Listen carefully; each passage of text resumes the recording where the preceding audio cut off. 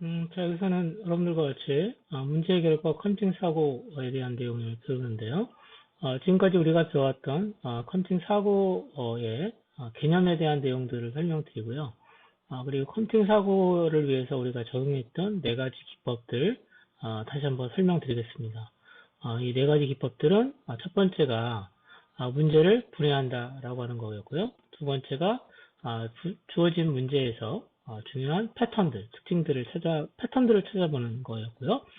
세 번째는 해당되어진 문제에서 공통점, 즉 다시 말해서 모델을 만드는 과정을 수행했었습니다. 이걸 이제 추상화 과정이라고 하죠.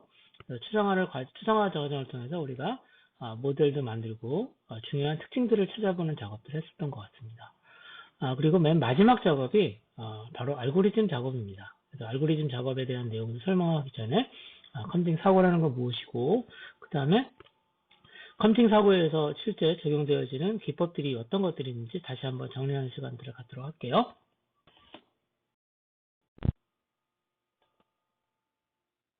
자, 여기서는 컴퓨팅 사고의 방법들을 잠깐 설명드릴 것 같은데요. 여러분들이 주어진 문제가 있을 때 맨 처음에 어떤 작업을 하나요? 문제 해결에 필요한 자료를 수집하게 됩니다. 자, 자료 수집합니다.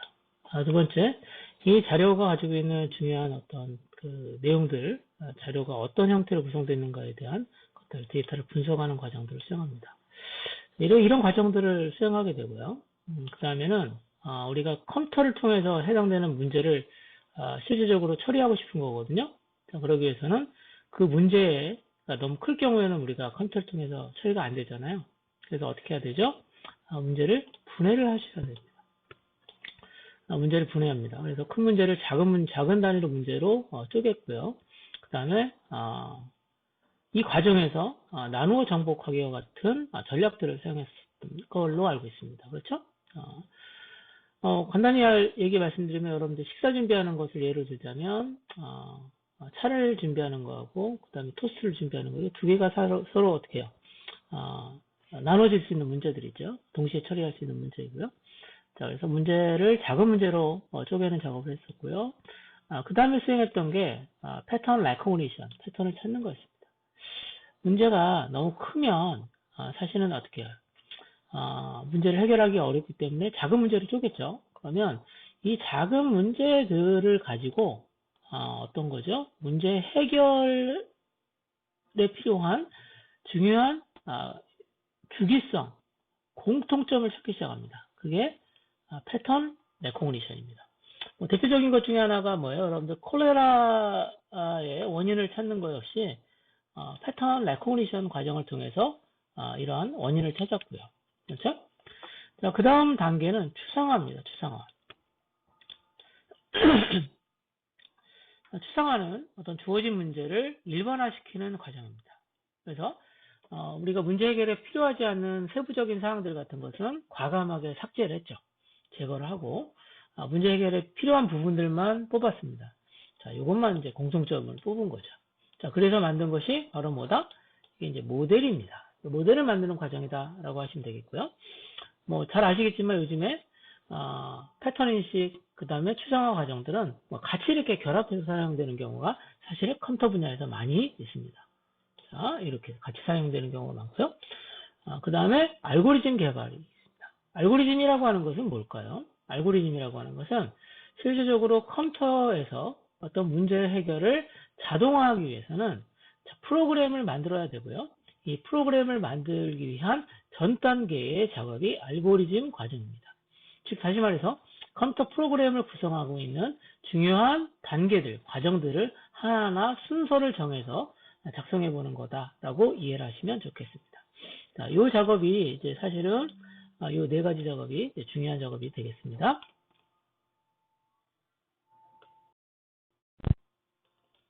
자, 커팅 사고의 중요한 개념들을 네 가지를 설명드렸는데 조금 한 번만 좀 정리하는 시간을 가질게요. 첫 번째 문제를 작은 단위로 분해하는 거예요.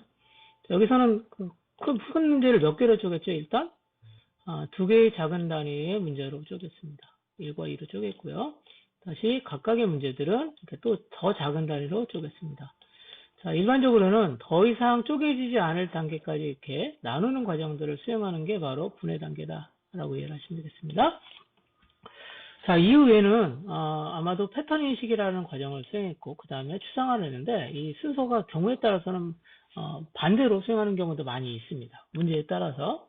자, 이 순서는 중요하지 않은데 일단 저희가 수업에서 다뤘던 것은 패턴 인식 과정을 먼저 했기 때문에 패턴 인식을 먼저 설명드리겠습니다. 여기 도형들이 있는데 도형들이 어때요? 어떤 패턴들이 있나요? 어떤 주기성이 있나요?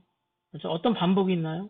자, 보니까 자, 왼쪽에 있는 것을 보면 두 개가 동그라미가 두 개가 있고요. 그 다음에 여기에는 세모가 두 개가 있습니다. 여기 이런 주기성이 있었네요. 그렇죠? 자, 이와 같은 주기성이 있다라고 하는 걸 발견합니다. 패턴을 찾은 거죠. 자, 그 다음에 추상화라고 하는 것은 우리가 이렇게 문제들을 이제 작은 문제들로 쪼개거나 주어진 문제가 있으면 문제에서 실제 중요한 특징이 되는 것들만 선택하고 나머지는 제거하는 과정이 사실은 추상화 과정입니다. 한편으로 보면 패턴 인식에서도 비슷한 과정들이 있을 수 있으나 일단 추상화는 자, 불필요한 어떤 특징들 같은 것을 제거하고 자, 일반화되어진 모델을 만드는 것이 목적이다라고 하는 겁니다. 다시 말해 여기 정육면체가 있는데 얘는 이와 같은 사각형으로 각각이 구성되어 있다라고 하는 자, 일반적인 어떤 사실, 자, 일반화되어진 사실, 모델을 찾게 된다라고 하는 거고요. 맨 마지막으로 수행하는 과정이 알고리즘입니다. 알고리즘은 보시면 아시겠지만 여기 이제 이걸 인풋이라고 하고요. 자, 이게 출력이라고 하는데 자, 이와 같이 입력이 주어졌을 때 입력을 사용해서 어떻게 처리가 되는가에 대한 처리에 대한 절차를 담고 있는 것이 알고리즘입니다. 그래서 이번 시간에는 여러분들과 같이 알고리즘에 대한 내용들을 같이 한번 살펴보도록 하겠습니다. 자, 알고리즘이란 무엇이고 자, 어떠한 형태의 내용들을 가지고 있어야 되라고 하는 부분이 되겠죠. 자, 알고리즘에 대해서 설명을 드릴 건데요. 여기서는 이제 알고리즘이라고 하는 것에 대한 중요한 개념만을 먼저 소개해 드릴 겁니다. 그리고 우리가 사실은 여러분들이 이제 사실은 컴퓨터 프로그래머가 아니잖아요. 그렇죠? 그렇기 때문에 여러분들 생활 속에서 어떻게 알고리즘이 적용될 수 있을까라고 하는 부분들을 생각해 보시는 게 중요합니다. 여러분들이 나중에 대학을 졸업하고 대학원에 가가지고 자기 전공 분야에 공부를 하게 된다면 대부분들 논문이라고 하는 걸 씁니다. 그렇죠? 그 논문에서는 자기가 주장하는 내용들을 정리해서 최종적으로 뭔가 문제 해결할 수 있는 방법들을 제시해야 되는데요. 그때 사용하는 거 역시 알고리즘이다라고 하는 겁니다. 그래서 알고리즘이라고 하는 것은 단순하게 컴퓨터 분야에만 한정되어 있지 않다라고 하는 것도 알아주시고요. 여러분들 생활 속에서 그리고 여러분들 전공 수업에서도 이런 알고리즘들이 여러분들의 문제 해결하는 데 있어서 중요한 역할을 하게 될 거다라고 하는 겁니다. 여기서는 여러분들과 같이 알고리즘이라는 게 무엇인지 한번 살펴볼 건데요. 알고리즘은 이렇게 정의를 합니다. 문제를 해결하기 위한 단계적인 절차라고 얘기를 합니다. 자, 여기서 중요한 용어가 나오는데, 자, 여기 나오는 것처럼 절차, 스텝, 그죠? 스텝이라고 하고, 그죠? 자, 근데 여기 있는 것처럼 단계적인 절차라고 있습니다. 그러니까 여러분들이 스텝 바이 스텝으로 문제를 해결한다는 거죠. 하나씩 단계를 통해서 문제를 해결할 건데 이 단계를 쭉 모아놓은 것을 알고리즘이다라고 이해를 하시면 되겠습니다. 자, 알고리즘은 실질적으로 여러분들이 주어진 문제를 해결하기 위한 단계적인 절차이고요. 이게 컴퓨터를 통해서 실질적으로 자동화되기 위해서는 실질적으로 어떤 과정을 거쳐야 되냐면 알고리즘을 어떻게 해야 돼요? 컴퓨터 프로그램으로 바꾸는 과정을 하셔야 됩니다. 자, 그때 어떤 것들이 사용되냐면 도구가 필요하겠죠. 그때 사용되는 도구가 프로그래밍 언어입니다. 자, 여러분들이 요즘에 그 프로그래밍 언어에 대한 얘기가 많이 나옵니다. 뭐 파이썬이라든가 R이라든가 이런 또 C나 C++, 자바 같은 프로그램 랭귀지가 많이 있는데 알고리즘이라고 하는 것이 실질적으로 자동화되기 위해서는 여기 있는 것처럼 프로그래밍 언어로 구현되고 실질적으로 컴퓨터 프로그램으로 만들어질 때 그리고 이 컴퓨터 프로그램이 실제 동작되면서 어떤 문제 해결을 자동화할 거다라고 하는 거 알아두시면 되겠고요. 자, 그러나 여러분들은 실질적으로 프로그래밍 언어를 배워서 문제 해결하기 위한 컴퓨터 프로그램을 만드는 게 목적은 아닙니다. 이 수업에서. 그래서 여기서는 컴퓨터에서 어떻게 알고리즘들이 실질적으로 활용될 것인가에 대한 방법들을 현실의 문제를 가지고 한번 접근할 겁니다. 자, 그래서 컴퓨터에서 필요한 알고리즘. 자, 여기서 중요한 거예요. 컴퓨터에서 필요한 알고리즘은 자, 컴퓨터한테 일을 시키기 위한 명령어들로 이루어져야 되고요. 이들은 순서를 갖고 있어야 된다라고 하는 겁니다. 자, 다시 한번 말씀드리면 컴퓨터 알고리즘은 뭐예요? 자, 일을 해결하기 위한 명령들이죠. 명령들에 대한 순서가 있는 집합이다라고 하는 겁니다. 그래서 순서를 지켜줘야 된다라고 하는 거예요. 자, 그럼 뭐지? 순서가 잘못되면 실질적으로 알고리즘에 문제가 발생한다라고 하는 거겠죠. 자, 여러분들 생활 속에서 알고리즘이 어떻게 적용되는지 한번 생각해 볼게요. 자, 혹시 여러분들 중에서 아침에 식사를 본인이 준비해야 되는 학생들이 있을 수도 있을 거라는 생각이 듭니다. 저도 가끔 아침에 일어나서 내가 아침 먹을 것을 내가 준비하는 경우가 종종 있습니다. 자, 그렇다면 여러분들이 어떤 그 요리를 위해서 여러분들이 자기 나름대로 요리법을 가지고 있겠지만 대부분의 경우는 이 요리법을 인터넷에서 다운받아서 사용하는 경우가 많이 있습니다. 여러분 유튜브에도 요즘에 요리법 많이 나오더라고요. 그리고 요즘에 이런 요리에 관련된 사실은 프로들도 많이 있죠. 자, 여기서는 여러분들과 같이 요리법과 알고리즘이 있습니다. 자, 요리법을 영어로 뭐라고 하냐면 레시피라고 합니다. 레시피. 자, 재밌는 얘기를 하나 해드릴게요. 자, 반도체 공장, 이거 천안에도 보면 삼성전자 반도체 공장이 있는데 디스플레이 공장도 있고요. 거기서 자, 반도체를 만드는 과정들을 하나하나 프로그램을 하게 됩니다. 누구한테? 기계한테요. 그때도 뭐라고 하냐면 레시피라고 그래요. 그렇죠? 자, 그게 왜 레시피라고 하는지 생각을 좀 해봅시다. 자, 여러분들 요리를 하려면 빵을 만들려면 맨 처음에 뭐가 필요하겠어요? 재료가 필요하겠죠. 자, 여기서 재료들이 어떤 게 필요하냐면 여기 있는 것처럼 빈 그릇도 필요하고 그 다음에 여기 있는 것처럼 이스트라고 하는 것도 필요하고 밀가루도 필요하고 그 다음에 우유도 필요하고 그 다음에 버터도 필요하고 설탕도 필요하고 계란도 필요합니다. 그리고 여기 나와 있는 것처럼 오븐도 필요한 것 같아요. 그렇죠? 자, 이런 것처럼 빵을 만들려면 재료 준비가 먼저 돼 있어야 됩니다. 그렇죠? 마찬가지로 반도체 공장에서 반도체를 만들 때도 자, 어떤 게 필요하겠어요? 재료가 필요하겠죠. 그래서 우리가 요리법이라고 우리가 알고리즘과 연관을 시키는 가장 중요한 이유가 뭐 요리할 때도 재료가 필요하잖아요. 재료가 좋아야지 일단 좋은 요리가 나오는 거니까요. 자, 그래서 이렇게 재료가 준비되어 있으면 두 번째는 뭐냐면 각 단계에 무엇을 할 것인가에 대한 절차를 하나하나 써보셔야 돼요. 그렇죠? 여러분들 요리법 만든다고 생각해 보세요. 요리를 만든다고 생각하시면 요리법에는 이런 절차가 명확하게 있어야죠. 빈 그릇을 준비한다. 사실은 아무 빈 그릇이나 될까요? 뭐 좀 더 정확하게 뭐 크기가 얼마인 빈 그릇을 준비한다든가 뭐 재질이 뭘로 되어 있는 것을 준비한다든가 이렇게 나오면 좀 더 정확하게지겠죠. 자, 그리고 그 다음에 한 것은 뭐냐면 여기 있는 것처럼 재료를 어떻게 해야 된다라고 하는 각각의 명령이 나옵니다. 어떻게 하죠? 자, 이스트하고 밀가루하고 우유를 넣어서 저어준다. 그렇죠? 어떤 동작이 명시가 되어 있습니다. 어떤 기능을, 어떤 행위를 해라라고 하는 내용들이 여기 절차에 들어가 있고요. 자, 그 다음에, 그 다음 단계는 버터, 설탕, 계란을 넣어서 저어준다라고 되어 있습니다. 자, 여기 보시면요, 여기 있는 것처럼 절차가 들어가 있다는 거예요. 단계가. 자, 그럼 제가 여러분들하고 같이 단계를 하나 바꿔볼게요. 4하고 5를 바꾸면 어떻게 될까요? 자, 4하고 5를 바꿔. 자, 그러면 우리가 원하는 빵이 만들어질까요? 아마 안 만들어질 겁니다. 그렇죠? 자, 무슨 얘기냐면 여기 있는 것처럼 발효하지 않고 빵을 만든 다음에 다시 발효를 시킨다? 의미가 없죠. 그렇죠? 아마도 여기서 발효를 시키는 이유는 뭐냐면 이스트가 실제적으로 뭔가 동작을 해가지고 맛있게 뭔가 요리를 만드는 과정들을 수행할 수 있도록 하기 위해서 이렇게 따뜻한 곳에 누워서 발효하는 거거든요.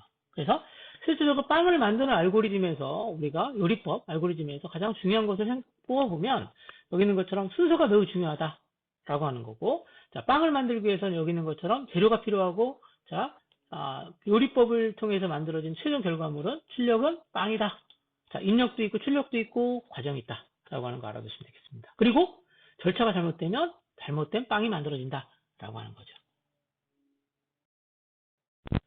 자, 앞서 말씀드렸던 것처럼 알고리즘은 요리법과 매우 유사한 점이 많습니다. 그래서 우리가 요리법을 사용해서 알고리즘을 설명하는 경우가 많이 있는데요. 첫 번째, 빵을 만드는 알고리즘, 요리법을 잠깐 보시면 빵을 만들 때 가장 중요한 건 뭐였죠? 뭘 지켜 여기 있는 것처럼 순서가 중요하다는 겁니다. 순서가 잘못되면 원하는 빵이 만들어지지 않는다라고 하는 겁니다. 자, 순서, 스텝이 중요한 거죠. 순서가. 그 다음에 빵을 만드는 방법은 하나가 아니라 여러 가지다. 자, 여러 가지 빵을 만드는 방법이 있다. 그죠? 자, 무슨 얘기냐면 어떤 문제를 해결하기 위한 알고리즘 역시 하나만 존재할까요? 그러진 않습니다. 자, 여러 개의 방법이 존재합니다. 자, 여러분들이 사실은 라면을 끓이는 거 역시 사실은 같은 라면이라고 하는 걸 만들 때도 사실은 단계가 어떻습니까? 거쳐야 될 단계가 다른 것들이 있다는 거죠. 뭐 예를 들어서 계란을 먼저 넣고 그 다음에 계란을 맨 마지막에 넣는 경우도 있고 중간에 넣는 경우도 있을 거고요. 그 다음에 실제 끓는 물에 라면과 숲을 같이 넣는 경우 있고 각각 넣는 경우도 있을 거고요. 자, 그래서 여러 가지 존재한다는 겁니다. 방법들이. 자, 알고리즘은 방법이 여러 가지다. 라고 하는 겁니다. 그래서 우리가 알고리즘에서 가장 중요한 부분은 일단 가장 중요한 것은 요리할 때 요리했는데 요리가 제대로 돼가지고 우리가 필요한 식사가 만들어지지 않다는 문제잖아요. 그래서 가장 중요한 건 정확성입니다. 자, 라면을 2개 끓였습니다. 자, 서로 다른 뭘 사용해서 레시피, 요리법을 가지고 만들었는데 하나는 5분 걸렸고요. 하나는 5분 걸렸고 두 번째 것은 한 40분 정도 걸렸습니다. 자, 5분, 40분. 자, 그런데 40분 걸려서 만든 요리가 라면이 조금 더 맛있네요. 그렇죠? 그래서 저는 여기 있는 것처럼 5분 동안에 끓여서 라면을 만드는 레시피도 있지만 저는 40분짜리 레시피를 가끔 사용한다라고 생각해 봅시다. 자, 본인이 이걸 라면 하나 끓이는 데는 문제가 없을 거라고 생각이 듭니다. 그런데 자, 라면 하나를 끓이는데 40분이 걸리는 레시피를 가지고 여러분들이 새로운 형태의 비즈니스를 한다고 생각해 보세요. 가능할까요? 손님들이 맛있다는 입소문이 왔는데? 자, 그러면 감당이 안 되겠죠. 그렇죠? 그래서 동일한 결과를 만드는 레시피라면, 알고리즘이라면 두 번째는 효율성에 대한 부분들을 고민해야 된다라고 하는 겁니다. 자, 그래서 마지막으로 정리를 하면 같은 문제를 해결하는 데 있어서 여러 가지 알고리즘이 존재할 수 있다. 자, 그 중에서 여러분들은 가장 효율적인 알고리즘을 선택하는 것이 필요하다라고 하는 겁니다. 자, 여러분들이 이런 알고리즘이라고 하는 부분들은 사실은 여러분 전공 분야에서도 많이 이야기가 됩니다. 특히나 여러분들이 대학원을 가가지고 자기 전공 분야에서 논문을 쓰는 경우가 있습니다. 그러면 자기 나름대로 어떤 창의적인 방법들을 설계해가지고 이것을 논문에다가 담아야 되는데 그때도 알고리즘을 사용합니다. 그렇죠? 자, 이유는 뭘까요? 이 알고리즘이 있어야지 다른 사람이 그 제한된 방법을 사용해가지고 어떻게 해요? 실제 해보죠. 그렇죠? 알고리즘이라고 하는 것은 다시 한번 말씀드리면 이와 같이 순서가 있는 절차를 가지고 있어야 된다라고 하는 거고요. 그리고 각 단계가 어때요? 일정한 시간 안에 어때요? 모든 과정들이 다 완료가 돼야 된다라고 하는 것도 필요하겠죠?